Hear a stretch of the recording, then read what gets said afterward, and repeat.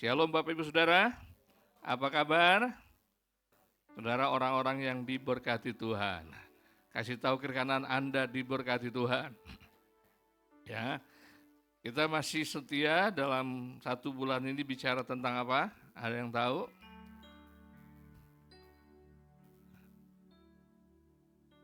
Ayo, jangan sampai lupa kita bicara tentang penyembah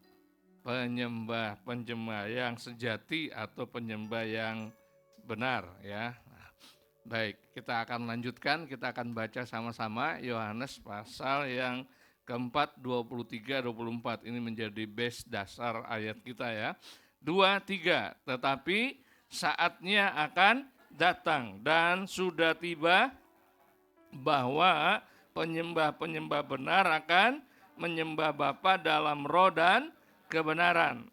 Sebab Bapa menghendaki penyembah-penyembah demikian. Allah itu roh dan barang siapa menyembah Dia harus menyembahnya dalam roh dan kebenaran. Nah, beberapa minggu kita sudah mengupas tentang bahwa Allah mencari penyembah-penyembah yang benar. Kenapa? Karena sebelum Yesus datang, hampir tidak ada orang yang bisa menyembah Bapa dalam roh dan kebenaran. Kenapa? Karena dalam roh berarti hidupnya, hatinya dari dalamnya sudah diubahkan, sudah dilahirkan kembali oleh roh. Maka sejak Yesus datang, muncullah penyembah-penyembah yang sejati atau penyembah-penyembah yang benar. Dan Tuhan atau Bapa menghendaki penyembah-penyembah demikian. Kita sudah belajar bahwa kita memuji itu sebagai ekspresi dalam bentuk penyembahan. Kita angkat tangan, bentuk penyembahan.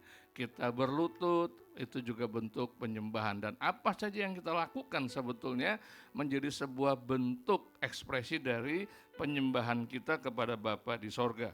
Nah, pagi hari ini kita belajar tentang cara hidup penyembah sejati itu, cara hidup. Nah, kalau cara hidup itu artinya kebiasaan-kebiasaan yang kita lakukan berdasarkan prinsip-prinsip atau nilai-nilai yang kita bangun. Ada kebiasaan-kebiasaan yang kita lakukan bukan berdasarkan prinsip, nilai.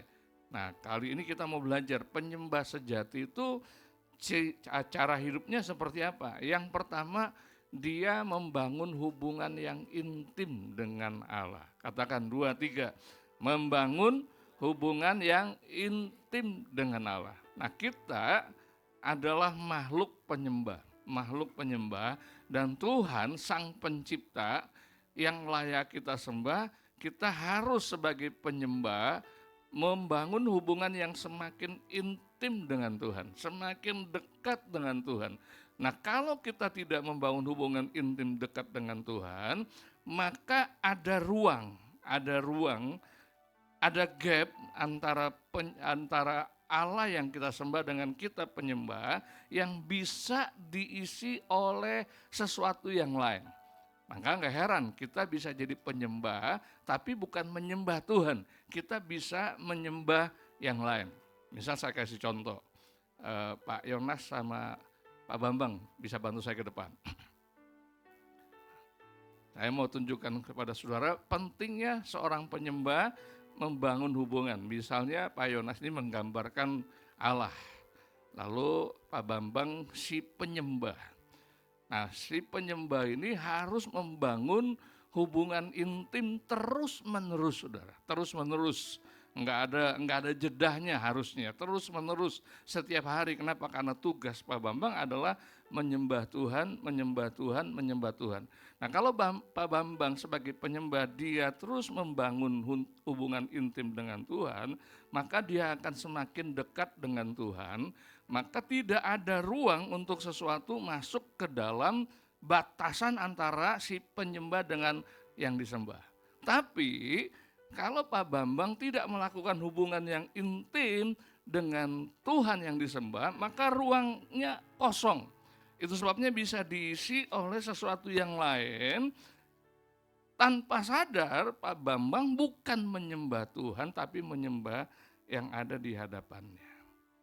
Nah, itu sangat penting supaya si penyembah, kita sebagai penyembah yang sejati, tiap hari harus membangun hubungan yang intim dengan Tuhan, yang intim dengan Tuhan, yang intim dengan Tuhan. Semakin intim, semakin kenal dengan Tuhan. Nah, kalau ada sesuatu yang lain, kita cepat sadar, oh ini bukan Tuhan. Tapi kalau kita nggak bangun hubungan intim dengan Tuhan, nggak kenal Dia dengan benar, maka kita bisa terkecoh, tertipu, kita pikir itu Tuhan. Saya kasih contoh. Kalau saya atau Pak Bambang tidak membangun hubungan intim dengan Tuhan, maka pelayanan bisa jadi Tuhan. Pak Bambang berpikir atau saya berpikir saya lagi menyembah Tuhan. Kenapa? Karena saya lagi melayani. Saya lagi melakukan pekerjaan Tuhan. Tapi sebetulnya yang Pak Bambang sembah, yang saya sembah bukan Tuhan, tapi si pelayanannya ini. Nah, ini kita perlu hati-hati. Kenapa? Seorang penyembah itu harus terus membangun hubungan intim, supaya nggak ada gap, supaya nggak ada pemisah. Kenapa? Karena penyembah dengan orang yang disembah atau Tuhan yang disembah harus terus jadi satu. Oke, tepuk tangan dulu buat Pak Yonas dan Pak Bambang. Terima kasih. Nah, saudara, itu pentingnya kita membangun hubungan intim dengan Tuhan. Nah, saudara, kita lihat di sini kelihatan ada dua pribadi. Ada gambar ini. Lihat. Yang pertama si penyembah. Dan yang kedua adalah Tuhan yang disembah. Nah, tadi saya peragakan, kalau si penyembah, saya dan saudara tidak membangun hubungan yang semakin intim dengan Tuhan tiap hari, maka ada ruang yang terbuka dengan lebar yang bisa diisi dengan hobi. Hobi bisa jadi Tuhan yang kita sembah. Apalagi selain hobi, misalnya apalagi pekerjaan, apalagi uang. Tadi saya bilang ada pelayanan, ada keluarga, ada pasangan hidup, suami istri, ada orang tua, ada anak, dan saya sebut sebagai dan lain-lain. Kelihatannya baik, kelihatannya bagus, saudara. Tapi itu jadi penghalang buat kita menyembah Tuhan. Nah, apa akibatnya, saudara? Tadi kalau saya lanjutkan ceritanya, kalau ada penghalang, Tuhan sebagai yang layak disembah, yang minggu depan kita akan belajari ketika kita menyembah, apa yang terjadi, saudara? Apa yang Allah salurkan kepada kita sebagai si penyembah, waktu kita menyembah Tuhan, itu akan terhalang dengan yang ada di bagian tengahnya itu. Ketika Allah menyalurkan sesuatu yang baik, nggak nyampe kepada kita sebagai si penyembah karena ada penghalangnya. Nah, penghalangnya ini yang bisa banyak kita tuliskan di luar hobi, pekerjaan, uang, dan lain. Contoh, saudara, hobi bisa jadi berhala buat kita. Hobi bisa jadi sesuatu yang kita sembah. Coba aja pikirkan, seberapa banyak waktu kita dalam 24 jam, dikurang 7 jam untuk kita tidur, tinggal 17 jam. Dan 17 jam itu berapa banyak porsi waktu yang kita pakai untuk memikirkan Tuhan dibanding dengan memikirkan hobi kita. Nah, kalau lebih banyak hobi kita, berarti hobi sudah jadi Tuhan atas hidup kita. Pekerjaan sudah jadi Tuhan atas hidup kita. Pelayanan sudah jadi Tuhan dalam hidup kita. Nah, saya sebagai hamba Tuhan harus hati-hati. Semakin banyak pelayanan, semakin banyak hati-hati. Jangan-jangan pelayanan ini sudah jadi Tuhan bagi saya. Dan saya tidak menyembah Tuhan yang empunya pelayanan, tapi saya sedang menyembah pelayanan yang sepertinya saya lagi menyembah Tuhan. Nah, pentingnya kita membangun hubungan intim dengan Tuhan setiap hari. Nah, saudara, kita perlu belajar dari Raja Daud. Ini sebuah pengakuan yang ditulis di kitab Mazmur, pasal 119 ayat 164. Kita baca sama-sama ya, 2, 3. 7 kali dalam sehari aku memuji-muji Engkau karena hukum-hukum-Mu yang berapa kali kita memuji Tuhan? Daud sudah konsisten setiap hari 7 kali, walaupun tidak dituliskan jam berapa, jam berapa, jam berapa, jam berapa, tapi dia melakukannya 7 kali. Contoh lagi, Daniel 3 kali sehari dia berdoa dan menyembah Tuhan. Nah kita berapa kali nih untuk kita bangun hubungan intim dengan Tuhan? Apakah cuma di pagi hari? Ya puji Tuhan sih, kalau pagi hari kita langsung connect dengan Tuhan, bangun tidur kita nggak usah mikirin yang lain dulu, aduh kita langsung mikirin Tuhan, baca saat teduh, baca buku kecil, baca firman Tuhan, menyembah doa, ya masih puji Tuhan lah. Tapi berapa banyak orang Kristen yang pagi hari nggak lakukan apa-apa, sibuk dengan yang lainnya, tidak cari Tuhan terlebih dahulu. Nah berarti dia bukan penyembah sejati yang harusnya jadi penyembah sejati, saudara. Jadi doa pagi, baca firman dan sebagainya itu sebetulnya bukan satu paksaan dalam hidup kita. Kita sedang mempraktekkan bagaimana kita lagi bangun hubungan intim dengan Tuhan. Nah kita bersyukur ya ada pagi, pagi udah tertolong tuh ada pagi ya. Nah, kalau saudara nggak ikut Zoom ya saudara bisa lakukan sendirilah, bebas waktunya. Tapi mulai hari dengan membangun hubungan intim dengan Tuhan. Jam 9 pagi, udah ada tandanya 9 pagi. Nah 9 pagi saya sama istri saya, kami berdoa bersama-sama, ntar jam 9 malam. Nah itu sudah menolong tuh, paling tidak udah ada 3 kali kami sudah setting waktunya untuk apa? Untuk coba membangun hubungan intim. Nah dalam membangun hubungan intim, ada waktu dan tempat yang khusus yang harus saudara setting. Contoh Yesus pagi-pagi benar, ia pergi ke tempat yang sunyi, masih gelap, katanya dia berdoa. Nah dia cari tempat. Nah kenapa Yudas tahu Yesus ada di Taman Getsemani? Kenapa? Karena Yesus sering mengajak murid-muridnya untuk berdoa di sana. Jadi Yesus punya tempat dan waktu khusus untuk dia membangun hubungan intim dengan Bapa. Nah saya saudara juga seperti itu. Saudara bisa pakai kamar, saudara bisa pakai ruang tamu, saudara bebas waktunya. Waduh Pak, rumah saya kecil bagaimana? Enggak perlu besar-besar saudara. Saya turun dari tempat tidur saya, ada bangku yang saya setiap hari hampir dari pagi sampai malam kerja ya di bangku itu tersebut. Itu jadi tempat khusus saya, tinggal saya atur waktunya. Kapan nih saya mau membangun hubungan intim dengan Tuhan. Nah saudara mesti setting itu. Dan dengan ketika kita praktekkan terus-menerus menjadi sebuah habit, sebuah kebiasaan, makin lama makin kita memperkecil jarak antara Tuhan yang kita sembah dengan kita sebagai penyembah. Lalu yang kedua, kata firman Tuhan, berdoalah selalu, katanya, tetaplah berdoa. Artinya apa? Kapan saja kita bisa bangun hubungan intim, ini informal. Di motor kita bisa berdoa, kita bisa menyembah Tuhan. Di mana? Di mobil, di kantor. Jujur ya, jujur orang Kristen itu kalah radikal, kalah komitmen sama saudara sepupu kita. Mereka punya waktu khusus. Berapa kali? Ada yang tahu? Kita? Oh Pak, Tuhan kita kan roh adanya Pak, bebas di mana aja. Saking bebasnya kita nggak pernah punya waktu, kita nggak pernah punya waktu tempat khusus. 5. Dan yang luar biasa loh saudara, saya belajar dari mereka. Mereka hampir setiap perkataan lalu ada kata puji Tuhan ya. Puji Tuhan dalam bahasa yang lain. Alhamdulillah. Saudara naik taksi, naik Grab. Pak, apa kabar? Jawabnya pasti apa? Alhamdulillah. Dia tanya sama kita, Bapak, Ibu kabarnya gimana? Baik. Puji Tuhannya nggak ada.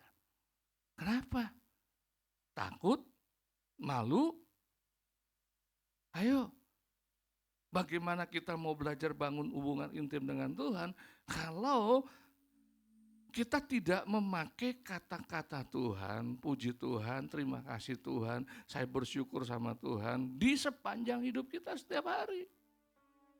Oh Pak, Tuhan tahu hati saya Pak, hati saya tertuju sama Tuhan. Iya betul, Tuhan tahu hati kita, dan kalau hati kita penuh dengan ucapan syukur, hati kita penuh kerinduan hubungan dengan intim dengan Tuhan, akan keluar dengan kata-kata kita. Kenapa? Karena apa yang keluar dari mulut, keluar dari hati. Jadi saudara, cara hidup orang yang menyembah Tuhan atau penyembah sejati itu, dia membangun hubungan intim dengan Tuhan terus menerus, saudara. Ayo saudara praktekkan, masa saudara bisa memuji Tuhan, menyembah Tuhan. Ya enggak harus nyanyi satu lagu sambil angkat tangan terus, enggak perlu itu. Saudara bilang, Tuhan terima kasih Tuhan, Engkau memberikan kesempatan untuk saya bisa masak, melayani keluarga. Terima kasih Tuhan, saya bisa bekerja untuk bisa memberkati rumah tangga saya. Saudara, setiap kali, setiap event, setiap kesempatan kita bisa membangun hubungan intim dengan Tuhan. Ingat ya, ketika kita jarang membangun hubungan intim, mudah bagi sesuatu yang ada di dalam dunia ini masuk di tengah-tengah antara Tuhan dengan kita dan menjadi berhala di dalam hidup kita. Yang pertama, bangun hubungan intim dengan Tuhan. Yang kedua, saudara, mempersembahkan tubuh kepada Allah. Baca sama-sama, 2, 3. Karena itu, saudara-saudara, demi kemurahan Allah, aku menasihatkan kamu supaya kamu mempersembahkan tubuhmu sebagai persembahan yang hidup, yang berkenan kepada Allah. Itulah ibadahmu yang sejati. Itulah ibadahmu yang sejati. Jadi yang kedua, cara hidup penyembah sejati, dia tiap hari mempersembahkan tubuhnya, mempersembahkan hidupnya kepada Tuhan. Nah, banyak orang Kristen nggak menyadari ini, saudara. Kan saya udah mempersembahkan tubuh saya, hidup saya dulu waktu terima Yesus sebagai Tuhan dan Juru Selamat. Nggak bisa, saudara. Saudara harus tiap hari mempersembahkan. Bangun tidur, Tuhan aku persembahkan hidupku, aku persembahkan pikiranku, perasaanku, aku persembahkan kerinduan, keinginanku kepada Tuhan. Kenapa saudara? Yang pertama, karena kita sudah dibeli hidup kita oleh Tuhan. Bukan milik kita lagi, tetapi milik Tuhan. Milik Tuhan. Tapi sayangnya saudara, karena kita seringkali memakai yang harus menjadi milik Tuhan menjadi milik kita. Maka kalau saudara baca tulisan-tulisan rasul-rasul ya, mereka selalu membicarakan ini, serahkan hidupmu, serahkanlah hidupmu. Kenapa saudara? Karena mereka menyadari bahwa iya ya, saya bukan milik saya lagi, saya milik Tuhan. Kita boleh punya cita-cita, saya punya banyak cita-cita. Tapi saya harus belajar, cita-cita saya harus diserahkan sama Tuhan. Kalau itu matching dengan cita-cita Tuhan, puji Tuhan. Tapi kalau enggak, saya harus legowo, saya harus berkata, iya Tuhan, cita-citamu lebih besar daripada cita-cita saya. Kenapa saudara? Karena kita sadar kita sudah dibeli, tangan kita sudah dibeli, mulut kita sudah dibeli. Kalau mulut kita suka keluarkan kata-kata negatif, berarti apa? Oh jangan-jangan saya masih pakai kata mulut saya untuk kepunyaan saya sendiri. Jadi serahkan. Penyembah sejati dia menyerahkan hidupnya, seluruhnya. Kata tubuh ini bicara seluruh kehidupannya. Kenapa yang pertama? Karena sudah dibeli. Tolak kiri kanan, ingat ya, kamu sudah dibeli. Bukan nyicil, lunas sudah dibayar. Lunas sudah dibayar, 100% milik Tuhan. Jadi kalau kita mau lakukan apa-apa, Tuhan, aku serahkan ke dalam tangan-Mu. Tuhan, aku serahkan. Jangan sampai ego kita yang muncul, saudara. Nah, saudara, kata menyembah di dalam perjanjian lama, pertama kali muncul ya di dalam perjanjian lama, kata menyembah pertama kali muncul ketika Abraham dan Ishak yang disuruh oleh Tuhan ke sebuah gunung untuk mempersembahkan Ishak anaknya. Nah, kapan munculnya? Ketika mereka sudah ada di bawah kaki gunung dan mau naik ke puncak gunung, Abraham ngomong sama bujang-bujangnya, kalian tunggu di sini ya, kami berdua mau naik ke atas, mau menyembah. Nah, maksudnya apa, saudara? Kok ada kaitan dengan peristiwa itu? Kata menyembah itu artinya apa? Dia menyadari bukan hidupku lagi Tuhan. Bukan keinginanku lagi Tuhan. Bukan milikku lagi Tuhan, menjadi milikmu. Kenapa?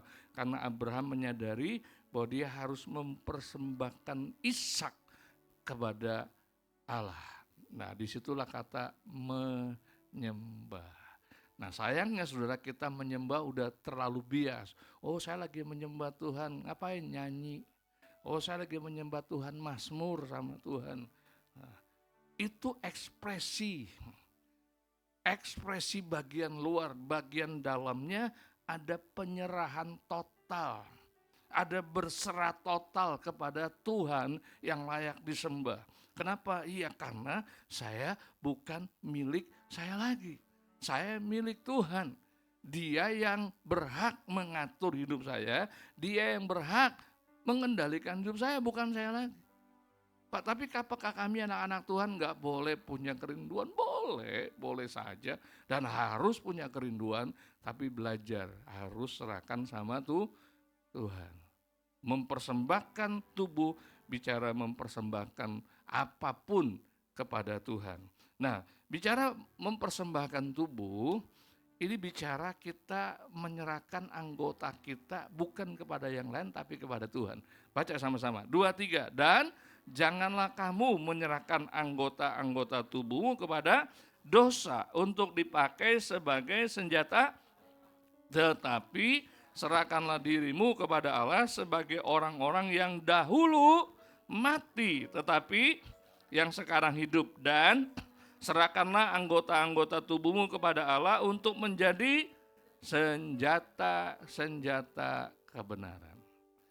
Kalau kita tidak menyerahkan tubuh kita, hidup kita kepada Tuhan, hari itu ada kemungkinan besar bagian tubuh kita akan dipakai oleh si jahat.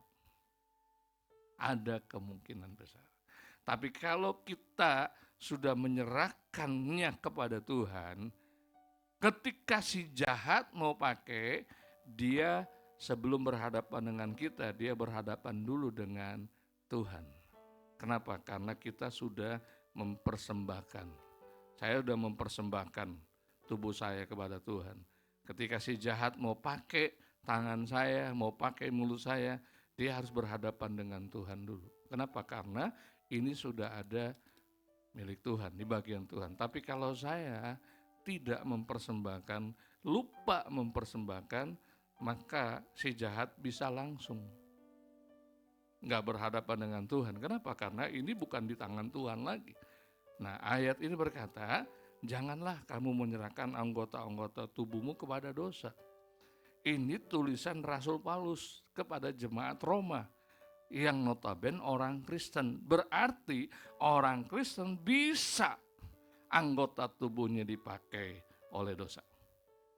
Bisa dipakai untuk apa? Untuk sebagai senjata kelaliman.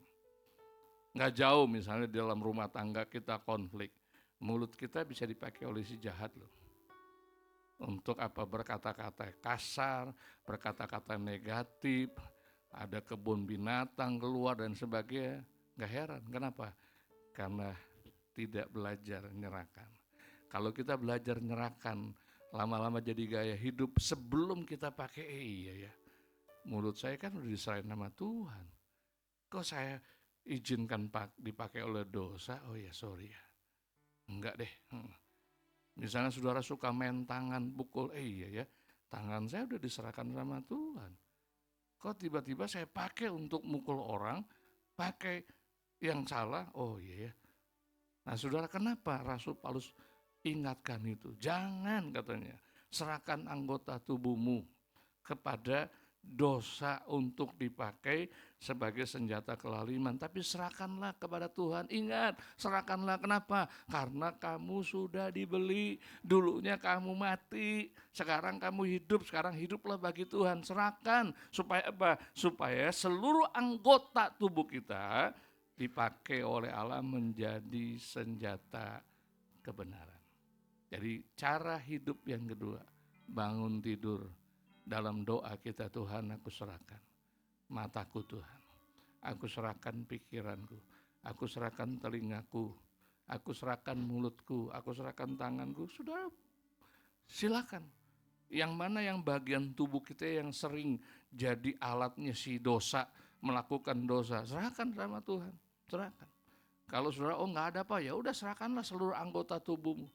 Minta Tuhan pakai untuk menjadi senjata kebenaran. Itu yang kedua. Yang ketiga, saudara. Yang ketiga adalah melakukan segala sesuatu untuk kemuliaan Tuhan. Mari kita baca sama-sama. 2, 3. Jadi baik kamu makan atau minum atau melakukan sesuatu yang lain, lakukanlah semuanya itu untuk kemuliaan Tuhan. Cara hidup penyembah sejati yang ketiga, dia menyadari apapun yang dia lakukan, bukan untuk dirinya, tapi untuk yang layak disembah, yaitu untuk kemuliaan Tuhan. Sudah lihat berurutan, cara hidup berurutan, gagal pertama, pasti gagal kedua, gagal ketiga. Yang pertama membangun hubungan intim dengan Tuhan. Kalau saudara gagal membangun hubungan intim dengan Tuhan, pasti otomatis saudara nggak menyerahkan anggota tubuhmu kepada Tuhan. Kalau saudara nggak menyerahkan anggota tubuhmu, maka apa yang kau lakukan nggak ada kaitannya dengan kemuliaan Tuhan. Saudara nggak pusing. Makanya cara hidupnya meningkat dari pertama, oh iya, bangun hubungan intim dengan Tuhan. Bangun hubungan intim dengan Tuhan, dengan doa, dengan baca firman Tuhan, dengan menyembah Tuhan. Lama-lama semakin kenal Tuhan, semakin kenal Tuhan. Ada peristiwa, kayaknya ini bukan dari Tuhan deh. Tadi pagi dalam perjalanan kami dari rumah ke Majapahit, mobil kami bunyi seperti ban kayak kempes. Gitu. Saya berhenti pinggir, saya pikir bannya. Saya turun kanan kiri, oh nggak ada. Jalan nggak bunyi. Lama-lama bunyi lagi. Terpaksa turun lagi kedua kali. Waduh, ini kalau turun sama kapan sampainya nih ke Majapahit ya. Saya lihat lagi nggak ada. Saya udah doa, saya tolak semua. Jalan lagi nggak bunyi, bunyi. Saya paksa jalan pelan. Sambil doa.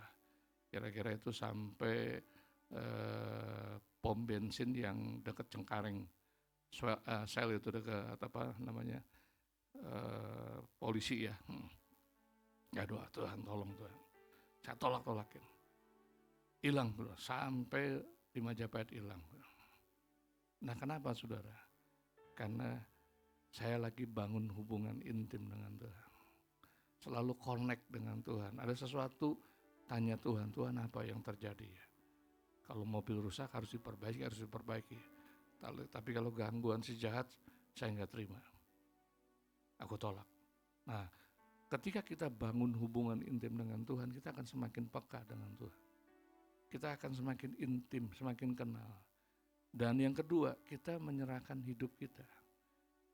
Seluruh anggota tubuh kita, daripada gua ngomel, daripada gua marah, daripada gua ngegerutu, bersungut-sungut, mendingan gua berdoa. Kenapa? Saya mau dipakai mulut saya untuk memuji Tuhan. Lakukan yang ketiga, lakukan segala sesuatu untuk Tuhan. Bahkan makan minum aja saudara. Kalau saudara makan minum untuk Tuhan pasti sehat.